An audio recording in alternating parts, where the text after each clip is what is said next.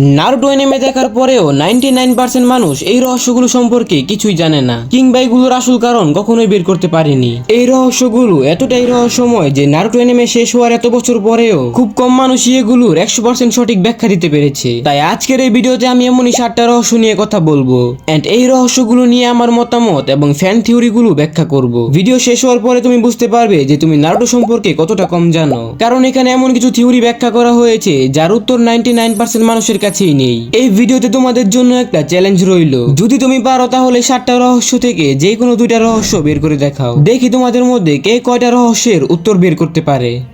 1 number, হাশিরামা সেনজু কিভাবে মারা গেল? হাশিরামা সেনজু, যে কিনা নারুটো ইউনিভার্সের সবচেয়ে পাওয়ারফুল শিনোবিদের মধ্যে একজন, যাকে প্রায় গড লেভেল ক্যারেক্টারও বলা হয়। তার রিজেনারেটিভ হিলিং, ম্যাসিভ চাকরা রিজার্ভ এবং উড স্টাইল তাকে অলমোস্ট আনবিটেবল বানিয়ে দেয়। কিন্তু এত শক্তিশালী একজন শিনোবি কিভাবে মারা গেল, এটা নারুটো অ্যানিমেতে এখনো প্রপারলি এক্সপ্লেন করা হয়নি। ক্যানন টাইমলাইন অনুযায়ী হাশিরামা সেনজু ফার্স্ট হোকাগে হওয়ার পর খুব আর্লি এজে মারা যায়, যখন ও নিনজা ওয়ার্ল্ড আনস্টপেবল ছিল।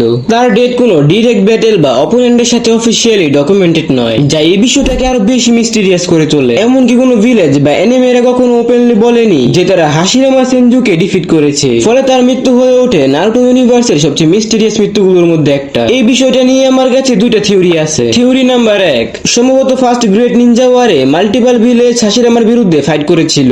Overwhelming force plus tail beast ব্যবহার করে তাকে হারানো হয়েছে। থিওরি নাম্বার 2, হাশিরামা হয়তো ব্যাটেলের কারণে মরেনি, বরং হতে পারে তার মৃত্যু হয়েছে চাকরা ওভার ইউজ করার কারণে, অথবা তার হয়তো কোনো সিক্রেট ইলনেস ছিল। তো এই থিওরিগুলো নিয়ে তোমার কি মতামত কমেন্টে জানাও। তো নাম্বার 2 এ যে মিস্ট্রিটা রয়েছে সেটা হলো উজুমাকি ক্ল্যান কিভাবে ধ্বংস হলো। নারুটো ইউনিভার্সের সবচেয়ে ডেঞ্জারাস ক্ল্যান বললেই অনেকের মাথায় আসে উচিহা ক্ল্যান, কিন্তু একটা সময় ছিল যখন পুরো বিশ্বের সবচেয়ে ফেয়ার্ড সিলিং ক্ল্যান ছিল উজুমাকি ক্ল্যান। তাদের হোমল্যান্ড ছিল ল্যান্ড অফ ওয়ারপুলসে। তারা ছিল হিডেন লেভ ভিলেজের সবচেয়ে ট্রাস্টেড অ্যালাই, এন্ড তাদের আসল শক্তি ছিল তাদের সিলিং টেকনিকে। এই টেকনিক এতটাই পাওয়ারফুল ছিল যে অন্য ভিলেজ আর নেশন গুলো উজুমাকি ক্ল্যানকে ভবিষ্যতের জন্য একটা বিশাল থ্রেট হিসেবে দেখতে শুরু করে। আর তারপর হঠাৎ করে ইতিহাস থেকে প্রায় মুছে যায় পুরো ক্ল্যান। তাদের হোমল্যান্ড সম্পূর্ণ ধ্বংস হয়ে যায়, এন্ড ক্ল্যানের প্রায় সবাই মারা যায়। শুধু হাতে গোনা কয়েকজন সার্ভাইভার বেঁচে ছিল, যেমন কুশিনা, নাগাটো আর কারিন। সবচেয়ে অবাক করা বিষয় হলো নারুটো অ্যানিমে বা মাঙ্গাতে কখনোই দেখানো হয়নি সেই অ্যাটাক কিভাবে করা হয়েছিল, কারা নেতৃত্ব দিয়েছিল, কিংবা কোন কোন ভিলেজ এতে অংশ নিয়েছিল। এটা নারুটো অ্যানিমের সবচেয়ে বড় ট্র্যাজেডির মধ্যে একটা হলেও এর পুরো সত্য আজ পর্যন্ত জানা যায়নি। থিওরি নাম্বার 1, কুশিনা উজুমাকির বর্ণনা অনুযায়ী উজুমাকি ক্ল্যানের সিলিং জুৎসুর ভয়ে একাধিক ভিলেজ একসাথে অ্যালায়েন্স তৈরি করে এন্ড তাদের উপর আক্রমণ শুরু করে। নারুটো অ্যানিমে অনুযায়ী এটাই সবচেয়ে গ্রহণযোগ্য এক্সপ্লেনেশন। থিওরি নাম্বার 2, অনেক ফ্যান্সদের ধারণা মতে বাইরের আক্রমণই একমাত্র কারণ ছিল না। উজুমাকি ক্ল্যান হয়তো নিজেদের কোনো সিক্রেট সিলিং এক্সপেরিমেন্ট করে, অথবা ইটারনাল পাওয়ার স্ট্রাগলের কারণেও ভিতর থেকে তারা দুর্বল হয়ে পড়েছিল এন্ড তারপরই শত্রুরা তাদের উপর আক্রমণ করে। হাশিরামা সেনজুর উড স্টাইল আর সেজ মুডের আসল রহস্য কি? হাশিরামা সেনজুর উড স্টাইল আজও নারুটো ইউনিভার্সের সবচেয়ে মিস্টিরিয়াস পাওয়ারগুলোর মধ্যে একটা, কারণ পুরো সেনজু ক্ল্যানের মধ্যে হাশিরামাই ছিল যে কিনা কেকে গ্যানকাই ন্যাচারালি ব্যবহার করতে পেরেছিল। এমনকি তার নিজের ক্ল্যানের মধ্যেও এমন কেউ ছিল না যে এই পাওয়ার জাগ্রত করতে পেরেছিল। আর শুধু উড স্টাইল নয়, তার সেজ মুডও মিস্টিরিয়াস। নারুটোর মতো মাউন্ট মায়াবকুতে ট্রেনিং না করে নারুটো অ্যানিমেতে কখনো হাশিরামা সেনজুকে সেজ মুড ট্রেনিং করতে দেখা যায়নি। হাশিরামা সেনজু ব্যাটেলফিল্ডে এফোর্টলেসলি সেজ মুড ইউজ করতে পারতো। তাহলে এখন প্রশ্ন হলো এই অসাধারণ শক্তির উৎস কোথায়? থিওরি নাম্বার 1, অনেকের মতে হাশিরামা যেহেতু আসুরা ওজুৎসুকির রিইনকার্নেশন, তাই তার শরীরে এমন এক অসাধারণ লাইফ ফোর্স ছিল যার কারণে সে কখনো সামান কন্ট্রাক্ট বা ট্রেনিং ছাড়াই প্রকৃতি থেকেই সরাসরি সেজ এনার্জি অ্যাবজর্ব করতে পারতো। আর থিওরি নাম্বার 2 হলো উড স্টাইল আসলে আসুরার চাকরা। উড স্টাইল কোনো নতুন ক্ষমতা নয়, বরং এটি আসুরা ওজুৎসুকির চাকরা এবং সেনজু ব্লাড লাইনের এমন একটি জেনেটিক ফিচার যা বহু প্রজন্ম ধরে কারো মধ্যে জাগেনি। 4 নাম্বার, মাদারা উচিহার মাঙ্গিকিউ শারিঙ্গান এবিলিটি কি ছিল? মাদারা উচিহা সম্পর্কে আর কিছু বলার নেই।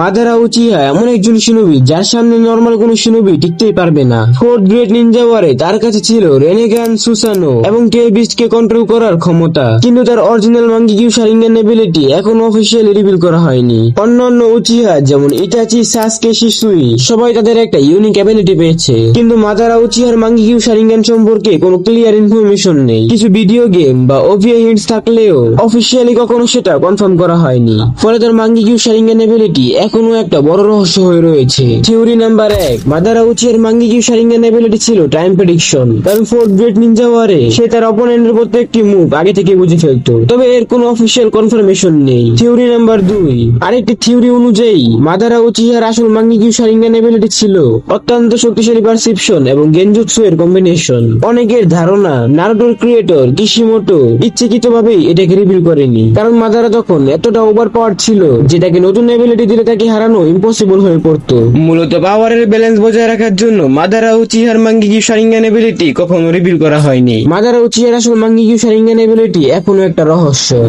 5 নাম্বার, ইতাচি আর কিমিমারুর অসুখ আসলে কি ছিল? ইতাচি উচিহা আর কিমিমারু অত্যন্ত পাওয়ারফুল শিরোবী ছিল, কিন্তু তারা রহস্যময় টার্মিনাল ইলনেসের কারণে মারা যায়। ইতাচি উচিহা দীর্ঘ সময় ধরে ইটারনাল ব্লিডিং এবং তীব্র শ্বাসকষ্টের সাথে যুদ্ধ করে, যা তার মাঙ্গিকিউ শারিঙ্গানের ওভার ইউজের কারণে আরো মারাত্মক রূপ নেয়। সে কেবল সাস্কের মুখোমুখি হওয়ার জন্য ওষুধ খেয়ে জোর করে নিজের লাইফ স্পেন ধরে রেখেছিল।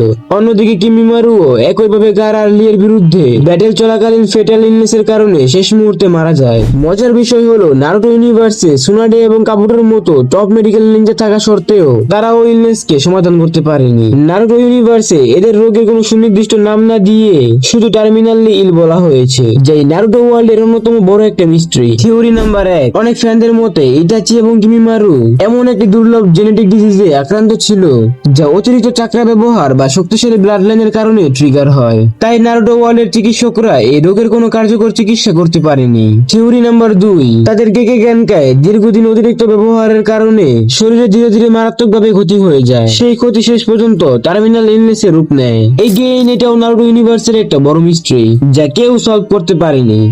6 নাম্বার, তোৎসুকা ব্লেড এবং ইয়াতা মিরার কোথা থেকে এলো? ইতাচি উচিহার সুসানোতে দুইটা লেজেন্ডারি ওয়েপেন দেখা যায়, তোৎসুকা ব্লেড এবং ইয়াতা মিরর। এগুলো এত শক্তিশালী যে প্রায় ইনভিনসিবল ডিফেন্স এবং সিলিং এর কম্বো তৈরি করে, কিন্তু এগুলোর উৎপত্তি কিভাবে হলো তা নারুটোতে এখনো বলা হয়নি। ইতাচি উচিহা কোথা থেকে এগুলো পেলো এবং কে তৈরি করলো কিছুই এক্সপ্লেন করা হয়নি।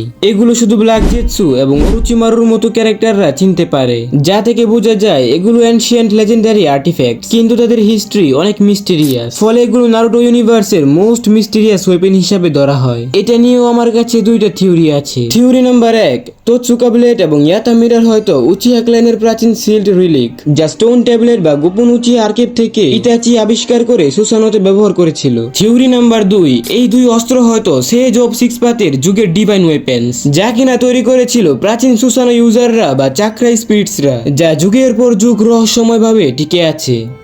নাম্বার 7, হিডেন কিভাবে ইমোর্টাল হলো? হিডেন হলো আকাতসুকির সবচেয়ে বেশি ডিস্টার্বিং মেম্বার, কারণ সে লিটারালি মারা যায় না। তার বডি যদি কেউ কেটে ফেলে তাহলেও সে বেঁচে থাকে এবং নিজেকে আবার রিকভার করে নেয়। তার ইমোর্টালিটি জাশিন রিলিজন থেকে আসে, কিন্তু নারুটো অ্যানিমেতে এই রিলিজনের অরিজিন খুব কম এক্সপ্লেন করা হয়েছে। হিডেন একটি ফরবিডেন রিচুয়ালের মাধ্যমে এই ক্ষমতা পায় বলে ধারণা করা হয়, কিন্তু সেই রিচুয়াল কিভাবে কাজ করে তা নারুটো অ্যানিমেতে কখনোই দেখানো হয়নি। ফলে তার কাছে রয়েছে নারুটো ওয়ার্ল্ডের সবচেয়ে আনন্যাচারাল যা অন্য কোন শিনোবির কাছে নেই। থিওরি নাম্বার 1, হিডেন হয়তো জাশিনের নিষিদ্ধ রিচুয়ালে হিউম্যান স্যাক্রিফাইস ব্যবহার করে কার্সড বেসড ইমোর্টালিটি অর্জন করেছিল, যার ফলে তার শরীর ধ্বংস হলেও তার কোনো মৃত্যু ঘটে না। থিওরি নাম্বার 2, জাশিন হয়তো আসলে এক অজানা ডিভাইন চাকরা এন্টিটি, যার ব্লেসিং হিডেনের শরীরে এমন এক রিজেনারেটিভ লুপ অ্যাক্টিভ করে যা তাকে মৃত্যুর পরও বাঁচিয়ে রাখে।